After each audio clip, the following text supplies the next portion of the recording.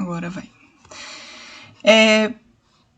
Deixa eu transmitir aqui para vocês, compartilhar com vocês essa janelinha aqui da apresentação. Depois eu vou colocar para vocês essa apresentação de slides junto com a gravação da aula, tá bom? Então, nós vamos falar um pouco da literatura medieval. E estão vendo a apresentação, pessoal? Sim. Ok. Eu vou, enquanto eu estiver falando, né, vocês, se tiverem dúvidas ou comentários, podem abrir o microfone, não se preocupem de me interromper. Mas aí, quando eu estiver aí terminando o primeiro assunto, aí eu interrompo um pouco e dou uma olhadinha no chat também. Então, quem quiser colocar pergunta lá no chat, comentário no chat, pode colocar. Só vai ter que esperar um pouquinho para a hora que eu olhar, tá? Porque agora eu tô sem a visão lá da tela do Meet, tá? Então, a gente vai se transportar hoje, né, para a Europa, né? Então, não estamos falando de Brasil ainda, né? A literatura no Brasil, a literatura escrita no Brasil não começa nessa época, porque eu falo a literatura escrita. A literatura escrita vem depois de 1500, com a chegada dos europeus no Brasil. Mas não é que não tinha literatura antes, essa é uma primeira visão que a gente tem que mudar, né? Porque é bem verdade que nós pensamos em literatura aquela que é escrita, mas existe literatura oral. Grandes textos da literatura ocidental, como, por exemplo, os textos clássicos da Guerra de Troia, né, que é a Ilíada, a Odisseia, né, então os textos greco-romanos, da antiguidade greco-romana, inicialmente eles não foram escritos, né, eles foram compostos oralmente. Demorou, por exemplo, para os gregos conhecerem a escrita. Então, essa é uma visão que a gente tem que alterar, né, que na verdade já existia algo que a gente pode chamar, que a gente chama hoje de literatura, que é a arte da palavra. A arte da palavra pode ser escrita, como a palavra pode ser falada. Então, é claro que no Brasil, né, com o grande número de pessoas que já morava aqui com as suas culturas próprias, já produzia arte da palavra, né, que nós chamamos confortavelmente de literatura. Para ser literatura tem lá um monte de questões aí, mas que eu não vou abordar com vocês, que nem é o nosso objetivo. É só pensar, né, que os povos indígenas aqui do Brasil já contavam as suas narrativas, as suas histórias, os seus mitos, né, que também eram capazes de fazer rimas, por exemplo, né, trabalhando a palavra para não só transmitir ideias, mas também para provocar prazer estético. Então, isso é importante a gente pensar, porque essa literatura toda dos povos indígenas, grande parte dela se perdeu, porque foi silenciada nesse processo que se chamou de descobrimento do Brasil, entre aspas aí, mas que na verdade foi uma invasão de um outro povo sobre aqueles que já moravam aqui, e como acontece na história da humanidade toda, a cultura que prevalece é a do dominador, e em geral a do dominado ela é silenciada e apenas resiste às vezes, né? Bom, dito isso, então a gente vai falar da literatura medieval, falando assim, mas então por que a gente não estuda literatura indígena? Vamos estudar também. Mas, mesmo assim, mesmo eles sendo, né, os europeus sendo os nossos dominadores, acabou que a cultura deles também faz parte da nossa.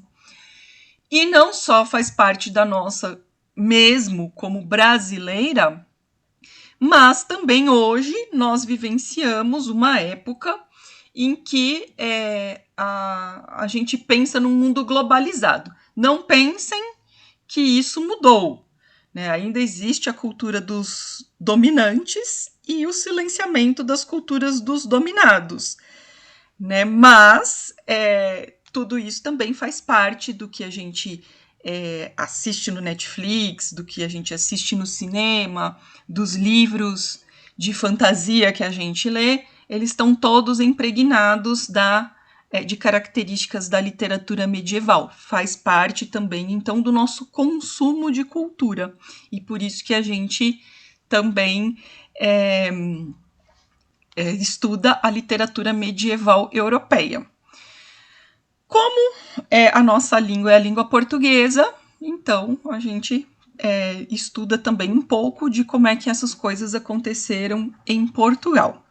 Mas a literatura medieval, em Portugal, ela teve uma expressão... Portugal também já era um pouco dominado, viu, gente? Então, quer dizer, as culturas mais fortes europeias, né, de disseminação mais forte, na época da Idade Média, eram o que hoje a gente chama de francesa, a inglesa e a alemã. Não mudou muito, né, até hoje. Então, a gente vai, né, apesar dessas questões geopolíticas, vamos dizer assim, é interessante a gente pensar na literatura medieval e se transportar um pouco lá para a Europa do ano 1000. É mais ou menos dessa época a literatura que a gente vai estudar, daí para frente. Então, o 1000, 1200 em especial, até chegar no século que começa com o 1401, que é o século XV. Então, eu vou fazer uma pequena revisão com vocês de como que era a Idade Média, né, em termos sociais, em termos econômicos, para a gente entender também aonde que apareceu essa literatura, se é que a gente pode chamar de literatura, porque é uma concepção diferente do que a gente tem hoje de literatura, que pressupõe um sistema de pessoas escrevendo e publicando e comercializando de alguma maneira a sua produção. Então não tinha isso, não tinha essa ideia de comércio nem nada disso. Bom, em primeiro lugar, quando que acontece a Idade Média? A Idade Média é um longo período de muitos séculos, né? Então ela é dividida em Alta Idade Média e Baixa Idade Média, que eu destaquei aqui para vocês porque isso que a gente vai estudar, do que a gente chama de literatura medieval, aconteceu principalmente na Baixa Idade Média. A Alta Idade Média, que se estende, né, tudo isso sempre é aproximado, né, gente? Não dá para falar que chegou no ano 1000 e acabou essa fase, né? É claro que isso são só maneiras didáticas da gente entender. Então, a Alta Idade Média começa no século V e vai ao século X. Então, tem um marco para começar, que é 476, né? Lembrando que século V vai do 401, do ano 401 depois de Cristo, até o 500. E o século X vai de 901 a 1000. É sempre esquisito a gente pensar isso, como é que funciona essa coisa do século, mas tem uma lógica meio matemática aí, mas a gente tem sempre que pensar que termina naquele que dá nome ao século, né? Vamos ver daqui a pouco. Esse ano de 476 marca o fim do Império Romano, né? Então, falando bem rapidamente isso, tá? Porque senão não dá tempo aqui a nossa aula. Não é aula de história também, é aula de literatura. Então, marca o fim do Império Romano. E aí, o que acaba acontecendo? No Império Romano tinha, como o nome diz, um imperador. Na verdade, nessa época, o Império Romano já estava dividido em dois, então tinha 2 imperadores, mais ou menos, né? E essa figura, ela acaba cedendo poder aos reis, que têm grandes partes de terra. E os reis, sozinhos, eles não conseguem dar conta de cultivar e de proteger militarmente essas grandes quantidades de terras que lhes pertencem. Então, eles pegam pedaços e cedem esses pedaços, como se fosse uma consignação, no pensamento moderno, cedem para um nobre. E esse nobre fica devendo esse favor ao rei. Isso se chama vassalagem, né? Então, e essas terras cedidas, elas formam os feudos, só para a gente lembrar como é que é. Então, dentro do feudo, em geral, tem uma fortificação, que é um castelo bem grande, onde moram os nobres, né? E às vezes tem várias famílias até que moram nesses castelos bem grandes. Tem os servos que cultivam a terra. Então, o feudo é mais ou menos autossustentável, porque ele produz, através do trabalho dos servos, a própria comida, vamos dizer assim, né? E também as fabricações de tecido, por exemplo, né? Armamento e tal. Então, dentro dos servos, tem aqueles que têm as suas habilidades próprias. E tem também os soldados que fazem parte dessa classe baixa. E aqueles que que têm alguma graduação nesses exércitos, né, são da parte dos nobres. Esses que são nobres, que têm alguma participação no exército, eles vão dar origem aos cavaleiros. Bom, então, na Alta Idade Média, essa forma, né, de configuração da sociedade e da economia, ela começa a existir. Na Baixa Idade Média, o que te diferencia é que essa forma atinge o seu apogeu e ela começa também a se desmanchar. Então, começa a haver outras configurações. A principal diferença entre a Alta Idade Média e a Baixa Idade Média é que na Baixa Idade Média começa a existir um comércio mais forte, né? Porque os feudos não são mais autossustentáveis. Esse é um ponto, depois o outro eu vou falar mais lá para frente. Então, os feudos não são mais autossustentáveis. Então, eles vão buscar, né, as pessoas que moram nesses lugares, nobres ou não, começam a ir buscar outros produtos que estão fora do feudo, e isso começa a revitalizar o comércio. Existem características da Idade Média que vão estar, de alguma maneira, representadas na literatura. A primeira delas é o teocentrismo.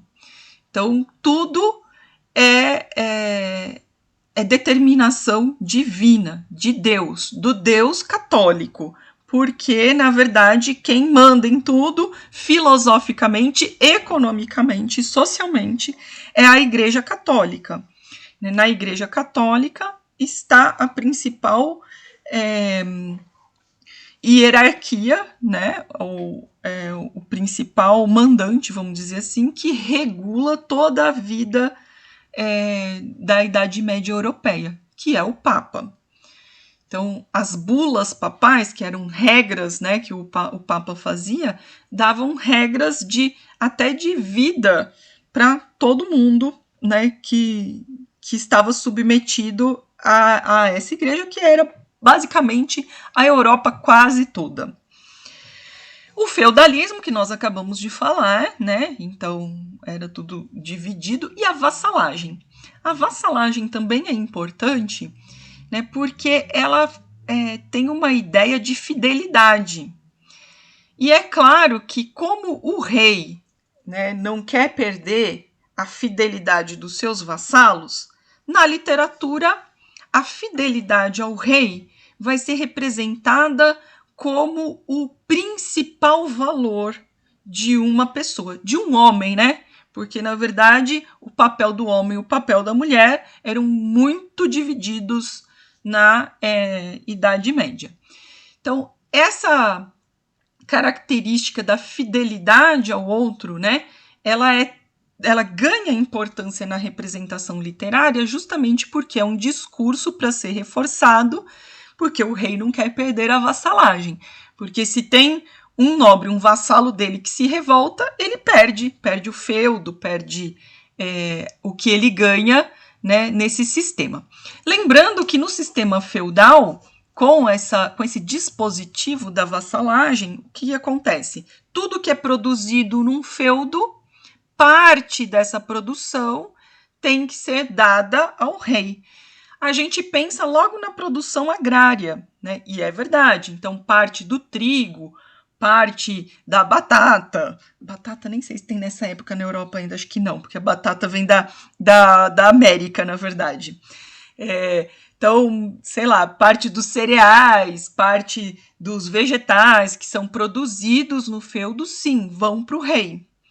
Mas também parte das armas, parte dos tecidos. Vamos lembrar que um feudo era autossustentável e devia uma porcentagem do que eles produziam para o rei. Então, se o rei perde o seu vassalo, ele está enrolado, né? Se todos os vassalos começam a se revoltar, ele perde o seu poder. Então, por isso também que na literatura a fidelidade ao rei é algo que é representado como o principal sinal de honra de um cavaleiro, por exemplo. Né? Então, já é uma maneira, um discurso para reforçar a vassalagem. Bem no finalzinho da Idade Média, então, já entrando no 1400 ali, né, no 1300, a gente passa por um período na Europa que se chama período humanista, que vigora o humanismo. Então, a gente não está ainda no Renascimento, que é o período que vem depois, com grandes mudanças filosóficas, econômicas e políticas, mas é um momento de transição entre essa característica, né, bem feudal e o que vem depois no Renascimento, né? Porque as mudanças elas não acontecem de uma hora para outra, sempre são um processo.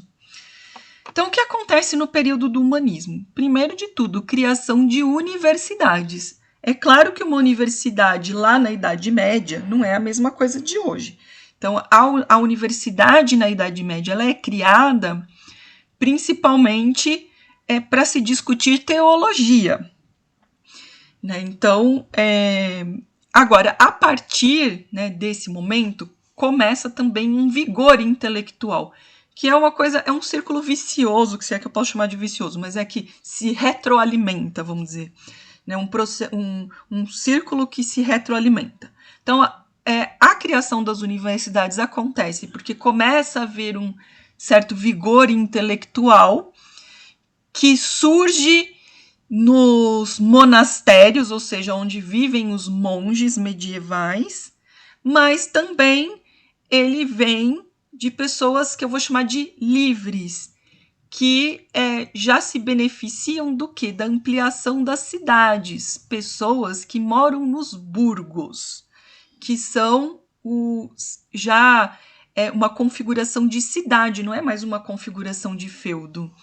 Então já tem ali lugares que são administrativos, que são burocráticos, começam as pessoas a morarem ali e sobreviverem do comércio e não mais só aqueles que vão ser servo de um rei. Então eles são pessoas livres, são chamados os vilões.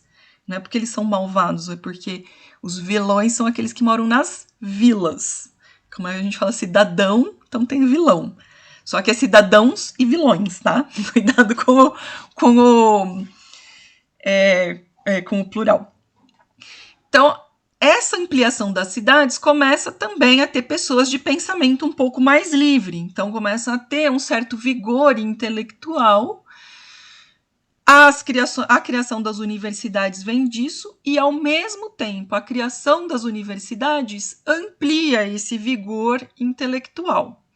Então, além das pessoas vindas do clero, ou seja, da igreja, dos padres e monges que vão discutir teologia nas universidades, também começam a haver os alquimistas, que são aqueles que são os químicos antigos, né? Então começam químicos e físicos antigos que começam a estudar os fenômenos da natureza, os filósofos ocultistas, então aqueles que começam a pensar a filosofia, mas de uma maneira que não centra só naquele Deus católico, mas resgatando forças da natureza, etc. Cientistas naturais, que começam a olhar para a natureza, e até, mais para frente, médicos, que começam a estudar o corpo humano. Gente, isso é muito importante porque durante a Idade Média mais restrita, o corpo humano não vale nada. Nem pode se dedicar muito ao corpo humano, porque na verdade o que vale é a alma, porque a ideia é muito teocêntrica. Então a nossa vida não é da Terra, a nossa vida é num outro plano, que seria o plano divino, né? O céu, o inferno, etc., né? Dependendo de acordo com a ideia católica, dependendo do que você faz. Se você segue a regra da igreja ou não, você vai para o céu ou para o inferno. Então, existir, nesse período, começar a existir intelectuais, vamos chamar assim, que começam a se dedicar ao estudo do corpo, à anatomia, né, ao estudo das doenças, é uma coisa que é muito já contra a ideia da igreja como era antes, eu vou chamar da ideia ortodoxa, ou seja, aquela que é restrita. Então já é uma grande mudança, né, de pensamento. Já falei da ampliação das cidades e, claro, com a ampliação das cidades começa a consolidação de uma classe comercial, que é a burguesia, a classe burguesa, e chama burguesa porque mora nos burgos, que são aqueles começos de cidade. Então, o período do humanismo, tudo isso começa a acontecer, para que no Renascimento todas essas coisas já estejam mais sedimentadas, vamos dizer assim, já estejam em pleno funcionamento. E na sociedade da Idade Média, mesmo na época do humanismo ainda é assim, né? Porque ainda não houve a ruptura desse sistema. A sociedade, como vocês já devem ter visto, ela é estamental, dividida em estamentos, ou seja, classes sociais que não têm mobilidade. Aqui, entre essas classes, essas duas classes aqui, ó, do meio e essa daqui, pode haver alguma mobilidade por casamento. Mas um servo nunca pode casar com alguém da nobreza, por exemplo. Né? Não é um casamento legítimo, reconhecido pela igreja, porque quem fazia a parte burocrática civil da sociedade, vamos dizer assim, é a igreja. Então a igreja não reconhece um casamento, por exemplo, de uma serva com um nobre. Muito menos ao contrário, né, de um servo com uma mulher nobre, que nem escolhia, né, as mulheres também não escolhiam o seu casamento, em geral isso era definido pela família. O homem também nem muito, os casamentos eram definidos em geral pelas famílias, né.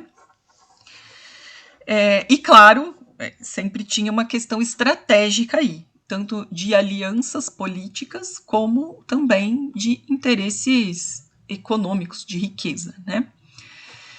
Então, o topo dessa pirâmide é uma pessoa só, é o rei.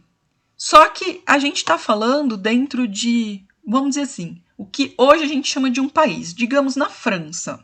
Então tem lá o rei francês e essa divisão aqui entre as pessoas. Mas acima dos reis na Europa estava o Papa, né? Estava a igreja.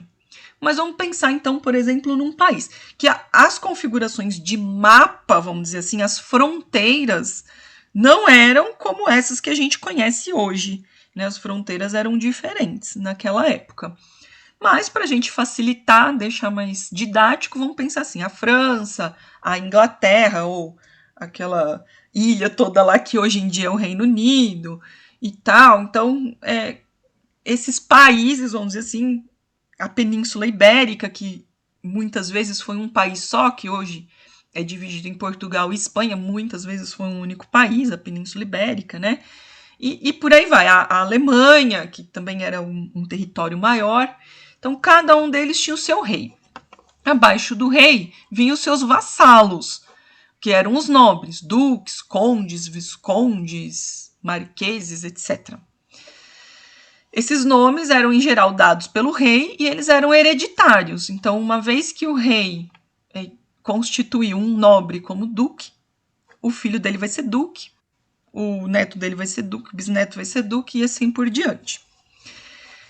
O rei também, uma vez que ele é rei, o filho do rei vai ser rei, o neto do rei vai ser rei e assim por diante. Por isso que não tem mobilidade. De dentro aqui dessa classe social, também, né, aquele que vai seguir a carreira religiosa forma o alto prelado. O que é o prelado? São as pessoas de alto cargo na igreja. Né? Então, os bispos, arcebispos, aqui está bispos, mas são os bispos mais altos, né? Os arcebispos, o papa, etc., sempre são de origem nobre. E, em geral, o primeiro filho homem, primeiro filho varão, como se diz, né? Como se dizia. Então, o primeiro filho homem vai herdar o título de nobreza.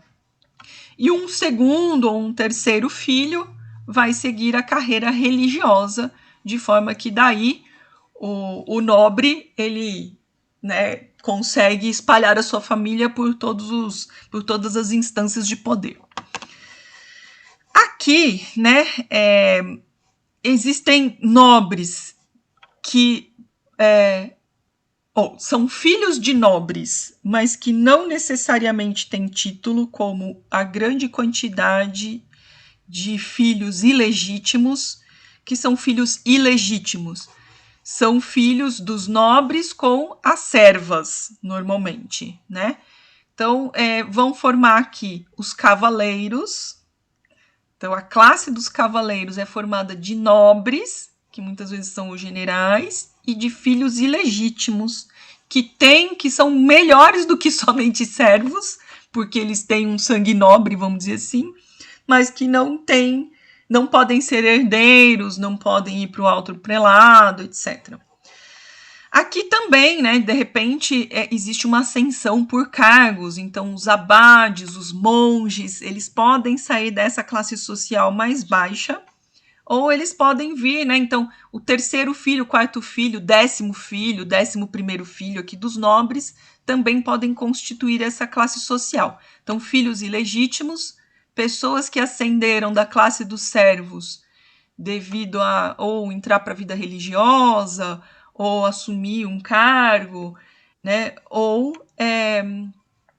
os filhos aqui da nobreza, mas que não tem mais direito à herança, não tem direito a mais nada, né? E aqui, essa classe social, que é a maior de todas, é composta dos servos, que são camponeses, ou as pessoas que fazem as armas, as pessoas que fazem os tecidos, etc.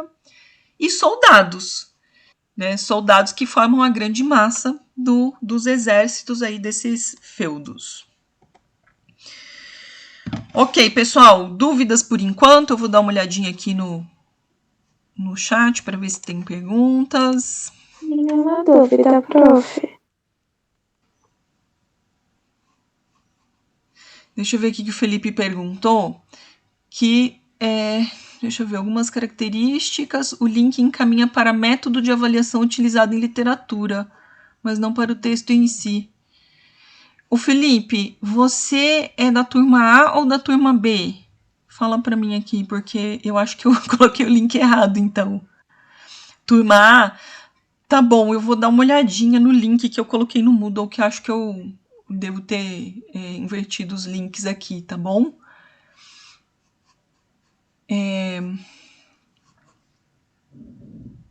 Ô, Natália, se apanhou do feudalismo? Mas e agora nessa revisão? Você tá entendendo? Melhorou? Assim, é que tá mais light, né? Na aula de história era um negócio muito pesado. É pesado. Idade Média é muito pesada, porque a gente tem a tendência, até porque ela é tão complexa, a gente tem a tendência de falar assim, Idade Média é quando não aconteceu nada. Era a Idade das Trevas, então nada aconteceu. Isso não é verdade. A Idade Média é muito plural, muito difícil de entender. Aconteceram inúmeras coisas na Idade Média. E é uma representação importante para nós até hoje. Então, a gente apanha mesmo da Idade Média. Mas vamos ver, né? Como eu falo, é isso mesmo. Aqui tá mais light para a gente entender só o que é o principal aqui para a gente chegar na literatura. Vamos lá, pessoal, voltar aqui para a apresentação. Parou de compartilhar, né? Por que parou de compartilhar horas? Ô, Pro, aproveitando que você fez uma pausa, eu acho que o segundo link que você colocou, o texto Novela de Cavalaria, algumas características, eu acho que você colocou o arquivo errado no link. Então, foi isso que o Felipe falou aí no chat. É você da turma A também? Sim. Então, eu errei, copiei o link errado. Eu vou alterar depois da aula, tá bom? Aí vocês dão uma olhadinha. Estão aí vendo literatura medieval? Sim. Ok, então vamos ver algumas características da literatura medieval que vai ter a ver com o que a gente vai estudar neste bimestre, não só hoje, tá? Então vamos lá, características gerais da literatura medieval. Primeiro de tudo, não havia o que a gente chama hoje de sistema literário, naquela ideia que eu falei de que tem escritores produzindo para comercializar o seu produto, que é o livro, ou modernamente, né, se a gente falar de uma coisa mais atual, um blog, um vlog, né, porque também se pode falar da literatura, né, como eu falei, ela pode ser oral. A pessoa pode fazer um vídeo e aí mostrar, e site, etc. Então não é só o livro hoje que faz parte do sistema literário. Naquela época, nem se escrever direito não se escrevia. A maioria da população era analfabeta, inclusive os nobres. Na verdade, a única parte da população que aprendia a ler e escrever eram aqueles que iam para a vida religiosa. Então, eram os padres, os monges, né? Esses, eles aprendiam a ler e escrever. Os nobres, mesmo reis, muitas vezes não sabiam ler e escrever.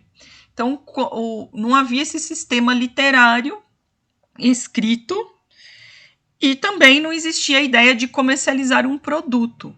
Então, o que acontecia era que tudo era muito centrado nessa figura do trovador, que era tanto poeta, porque ele compunha, mas ele também era um músico, uma pessoa que recitava. Um só não, em geral eles formavam grupos que viviam nos castelos e tinham esse objetivo de proporcionar lazer. Lembrando que não tinha internet, não tinha Netflix, não tinha videogame, não tinha TV, não tinha rádio, não tinha nada disso, né? Então, a maneira de se divertir, a maneira de ter algum lazer era, entre outras, né, ouvir músicas produzidas pela pessoa ali naquele momento, ouvir poesia, né? Então, o trovador, ele proporcionava, a figura do trovador proporcionava esse prazer, esse lazer para as pessoas da nobreza. Então, ele compõe e recita poemas. Oi, pode falar. Mas aí ninguém podia ter bloqueio criativo, né? Imagina tanto eles tinham que escrever e compor, ai, trabalho. Vamos pensar também que talvez o público não fosse tão crítico, né? Porque como era um monte de gente, mesmo sendo nobre, mas que não estudava porcaria nenhuma, eles também não conseguiam muito saber se estava bom ou não. E também os trovadores, eles copiavam muito. E isso que a gente fala do bloqueio criativo, que eu achei muito boa essa ideia, é para hoje, que a gente tem uma grande exigência de originalidade na arte. Mas naquela época não tinha exigência nenhuma de originalidade, né? Então as histórias, em geral histórias que vinham de lendas do povo, eram repetidas e repetidas e repetidas muitas vezes. Aí às vezes tem um trovador um pouco mais habilidoso que ele começa a transformar, alguns pouquíssimos escrevem, né? Então começam a registrar as suas obras, mas a maioria dos trovadores só repetia músicas e poemas que já foram compostos e, claro, na repetição, às vezes tem o aumenta um ponto, né? Quem conta um conto, aumenta um ponto. Então, às vezes, tinha algumas mudanças. Mas, né, como eu falei, eu acho que o público também não era muito crítico, não ficava exigindo coisas muito diferentes. Normalmente o trovador era acompanhado de instrumentos, né? Um instrumento muito famoso na Idade Média é o alaúde, depois a gente vai ver ele um pouco, viola, flauta, entre outros documentos típicos da época, que era uma coisa muito chata. A gente ouve e fala assim, nossa, isso era música, né? Para nós hoje que temos até sintetizadores e tudo, era uma coisa muito chata. Mas é curioso, né? Por causa da figura do trovador, a literatura da Idade Média muitas vezes é chamada de trovadorismo, que surgiu na Provença, né? Vamos dizer assim, não é uma corrente literária, porque não tem ninguém que fica pensando, vamos fazer assim, assado. Eram hábitos, né? Que foram muito praticados inicialmente em Provença, que hoje fica dentro da França, no século XII, 1100 alguma coisa, né? Vai até o 1200, termina no 1200 do século XII. Então, da França foi espalhando para toda a Europa, né? Características disso, concepção teocêntrica, então os temas religiosos eram os principais, porque também ninguém arriscava fazer temas que não eram religiosos, porque em algum momento, né, e cada vez mais forte, tinha perseguição da igreja. A gente ainda não está naquela época daquelas fortes perseguições, queimar um monte de gente, torturar, etc. Mas a igreja regrava a vida. Então, o tema religioso era quase que obrigatório, porque estava todo mundo vigiando. Se não falasse de Deus, não falasse daquelas regras da vida que te levavam para o céu segundo a concepção católica, então já era um pouco estranho. Poucos eram os escritos, mas os escritos que eram feitos, em geral, dentro dos monastérios, onde moravam os monges, que eram também onde estavam as bibliotecas guardadas, que o povo não tinha acesso, nem os nobres, era só a igreja que tinha acesso, mas os poucos escritos que havia eram feitos em pergaminho, não em papel. Pergaminho é tipo um papel feito de couro, vamos dizer assim, escritos em latim, e eram copiados pelos monges copistas, que faziam isso. Não tinha como imprimir os escritos, os livros, por exemplo. Então, eles tinham que ser copiados à mão. E claro que quem copia, às vezes não copia certo, cansa, né? Esquece alguma coisa, acrescenta porque achou legal, né? Não tinha essa vigilância da originalidade, da fidelidade ao documento, nem nada disso, que são preocupações muito modernas. Os monges copistas também viraram grandes artistas medievais que faziam as ilustrações e iluminuras naqueles pergaminhos da época, formando verdadeiras obras de arte.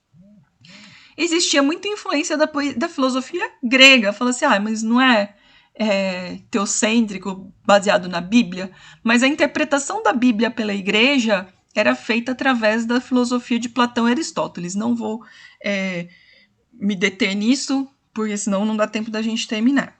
E também, além da filosofia grega, existia nessas produções literárias da Idade Média grande influência da cultura popular. Então, o resgate dos mitos revistos a partir de uma visão teocêntrica, de uma visão religiosa, eram muito comuns. A poesia trovadoresca é dividida em lírica, que fala de sentimentos, etc. E são dois tipos que nós vamos estudar depois. A cantiga de amor, que o eu lírico é um homem, e a cantiga de amigo, que o eu lírico é uma mulher. E a satírica, que é feita pra gente dar risada, feita pra falar mal dos outros, feita pra se vingar de quem falou mal de você.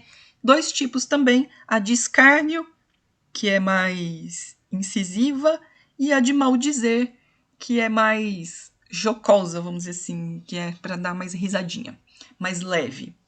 Ou seja, a de escárnio é bullying forte, e a de maldizer é um bullying leve. E a prosa trovadoresca, ou seja, a prosa da época medieval, também foi muito rica, embora pouco estudada fora da universidade, estou dizendo.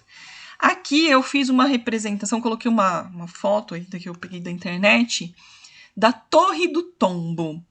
A Torre do Tombo é um prédio, hoje ela é modernizada, eu coloquei essa foto aí do prédio medieval, tá?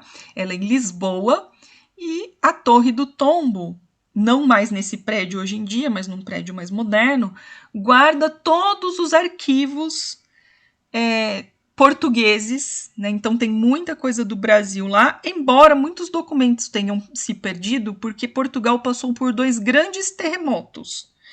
E nesses 2 grandes terremotos, a Torre do Tombo até era bem maior, assim, né? E nesses 2 terremotos, muitos arquivos, muitos documentos se perderam. Mas até hoje, né? Então, quer dizer, na época medieval, grande parte da produção da prosa portuguesa era feita aqui, por pessoas determinadas pelo rei. E a prosa trovadoresca é formada, eu vou deixar a cavalaria depois, por crônicas. Então, existiam pessoas determinadas pelos nobres para escrever história mesmo, a história desses nobres, a história do rei, a história do duque, a história das guerras, o que estava acontecendo na vida cotidiana, vamos dizer assim, medieval, que era formada por muitas guerras.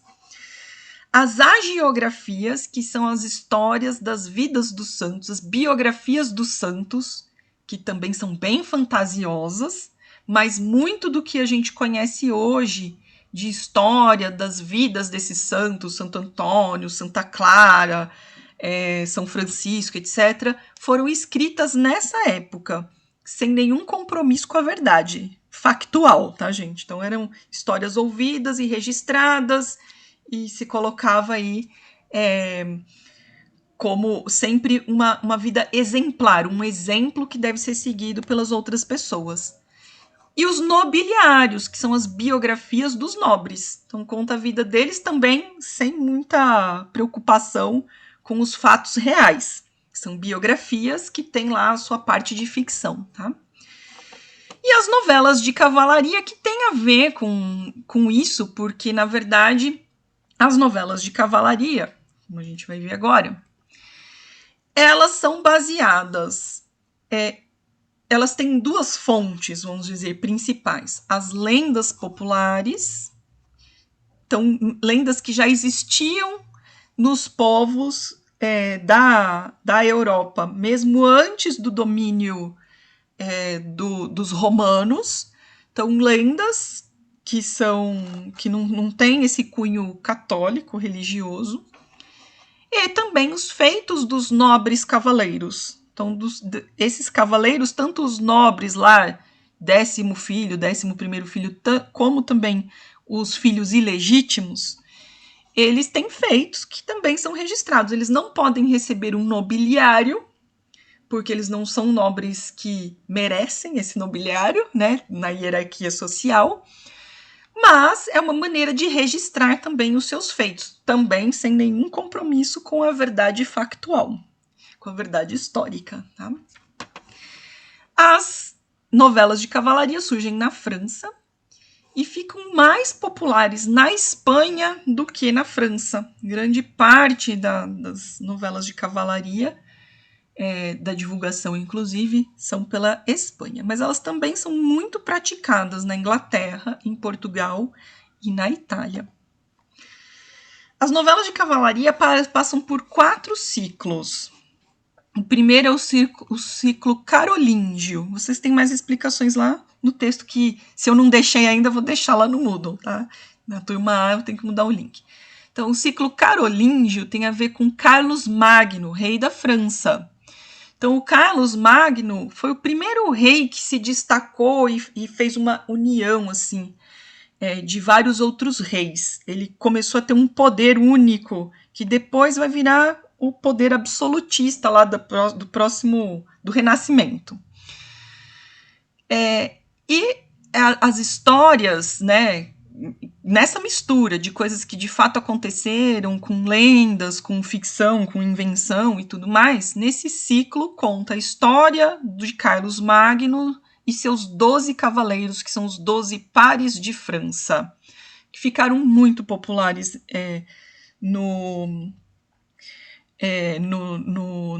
Portugal. Depois vem o ciclo arturiano ou bretão. O livro que a gente vai ler de novela de cavalaria faz parte desse ciclo.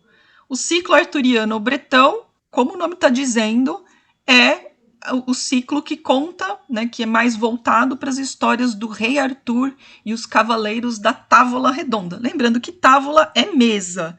Então eram 150 cavaleiros de Arthur, do rei Arthur Pendragon, que se reuniam numa mesa redonda que tinha esse formato, porque daí o rei mostrava que não existia hierarquia, que eram todos iguais.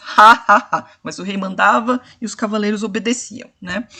Mas era essa a ideia, né? Tem tábua redonda, porque todo mundo, quando estava na tábua redonda, tinha direito à palavra da mesma maneira. É bretão porque a gente fala da Bretanha, né? Por exemplo, Grã-Bretanha. Então, é o ciclo bretão, que é muito voltado para essas lendas que surgiram na Inglaterra. O ciclo clássico, né? Que tudo isso, todas essas histórias vão em todos os ciclos, né, gente? Mas é que tem uma prevalência, né, de histórias desse tipo em cada ciclo. O ciclo clássico é um resgate da cultura greco-romana. Então, é contado em novelas de cavalaria as histórias lá antigas dos gregos e dos romanos, tanto de reis gregos e romanos, como as histórias dos deuses gregos e romanos. Né? Então, por exemplo, a história da Guerra de Troia é contada também em novelas de cavalaria. É claro que daí muda, né? É feita de outra maneira, com licenças poéticas e tudo mais. E o ciclo das cruzadas, que é um ciclo mais voltado para narrar as histórias dos cavaleiros que iam para as guerras cruzadas, que foram aquelas guerras determinadas pela Igreja Católica para reconquistar, na ideia deles, a Palestina, e, sei lá, toda a parte que eles consideravam divina, onde viveu Jesus e tal, e começam a brigar lá com os mouros. Na verdade, isso aí era a fachada, era falar, vamos reconquistar as terras que são, na verdade, cristãs, não são islâmicas, mas a ideia era conquistar caminhos para novos produtos que começaram a valer muito na Europa, como canela, como especiarias, né, temperos, tecidos de melhor qualidade como a seda, etc.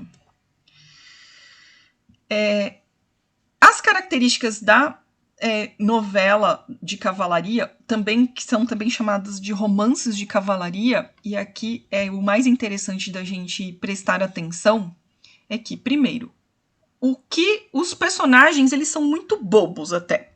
Então, são personagens, o cavaleiro medieval em especial, e seu par amoroso, normalmente, são pessoas, assim, muito inocentes, puras de coração, de fé inabalável, e que não mudam a sua perspectiva, por mais que sofram durante a narrativa toda. Então, a gente fala que são personagens planas, elas não têm profundidade psicológica, elas só agem pelo seu objetivo, que é o objetivo da honra e da pureza.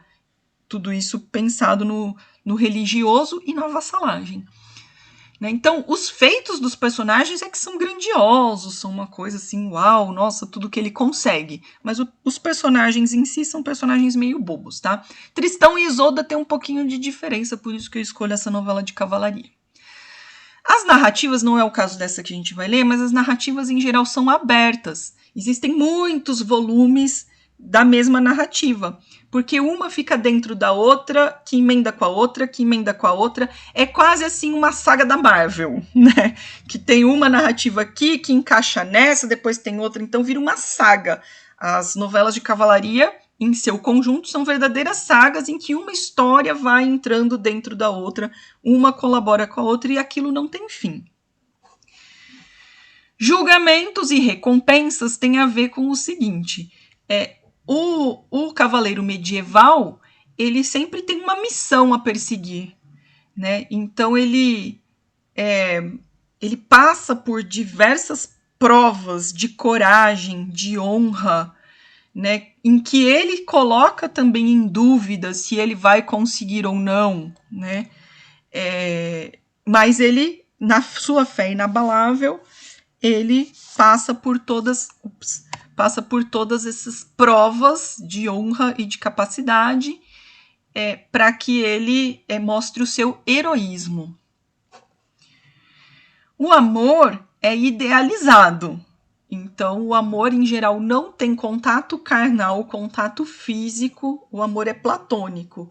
O amor só vai ter esse contato físico, normalmente, como uma recompensa dos feitos do cavaleiro, que depois, no final, ganha a mão da donzela nobre, normalmente, tá? Mas, em algumas histórias, pode haver a realização do amor no plano físico, ou seja, eles dormem juntos, e acaba acontecendo um filho. E esse filho, depois, ele vai ser legitimado, depois de todas as provas, né, do cavaleiro medieval, aí ele acaba casando e restituindo a honra à sua parceira e ao filho que ele tem com ela. O contexto sempre é de guerra. Afinal de contas, é na guerra que o cavaleiro medieval vai mostrar a sua capacidade com as armas, a sua coragem e a sua honra, a sua fidelidade ao rei e tudo isso. Então, sempre o negócio é um momento de guerra. O herói tem origem nobre, normalmente, ou seja, ele é filho de alguém importante, né? Ele pode, muitas vezes, ele é o filho ilegítimo, como acontecia na realidade mesmo. Então, ele é um filho ilegítimo, e até por ser ilegítimo é que ele tem que provar a sua honra, tem que provar que faz jus ao nome de nobre que ele tem, ao sangue nobre que ele tem. Os cenários são muito fantasiosos, então acontece no Lago Mágico, tem a presença de magos, de feiticeiras, de armas mágicas, então toda essa história de magia, né, que a gente traz aí para as nossas histórias até atuais, inclusive os poderes super-humanos dos super-heróis, né, tem a ver com isso, né? Então essa ideia, assim, existe, tudo é fantasioso, tudo é no plano do que a gente chama do maravilhoso, não tem a ver com o mundo físico e real que a gente vive, né? Então tem poções mágicas, tem armas mágicas, tem feiticeiras, tem intervenções sobrenaturais e tudo isso, né? Toda essa fantasia está aí nas novelas de cavalaria. Atualmente, além dessas características todas que provavelmente vocês já estão identificando em muitas histórias que vocês assistem ou leem hoje, né? Além desses elementos estarem presentes nessas narrativas ainda, e a gente vai continuar falando disso na próxima aula, existe uma vertente da literatura que ainda, na qual ainda se pratica novela de cavalaria, muito embora o personagem, o protagonista, o herói, não tenha que ser um cavaleiro medieval, mas ele tem as características do cavaleiro medieval. Esse gênero, hoje em dia, ele é chamado de literatura de fantasia. Então, quem gosta de literatura de fantasia sabe que é a reformulação das novelas de cavalaria. Existem sagas famosas de literatura de fantasia, como O Senhor dos Anéis, as Crônicas de Gelo e Fogo, que deram origem lá ao Game of Thrones, que é a Guerra dos Tronos, né? Entre outras, tá? Estou só citando duas aqui para falar rapidinho.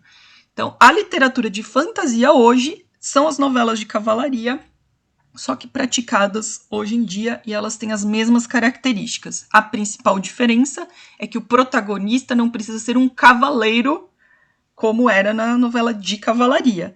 Mas o protagonista, em geral, tem as mesmas características do cavaleiro medieval. Pessoal, deixa eu ver aqui o chat rapidinho, tem que fazer uma chamadinha também.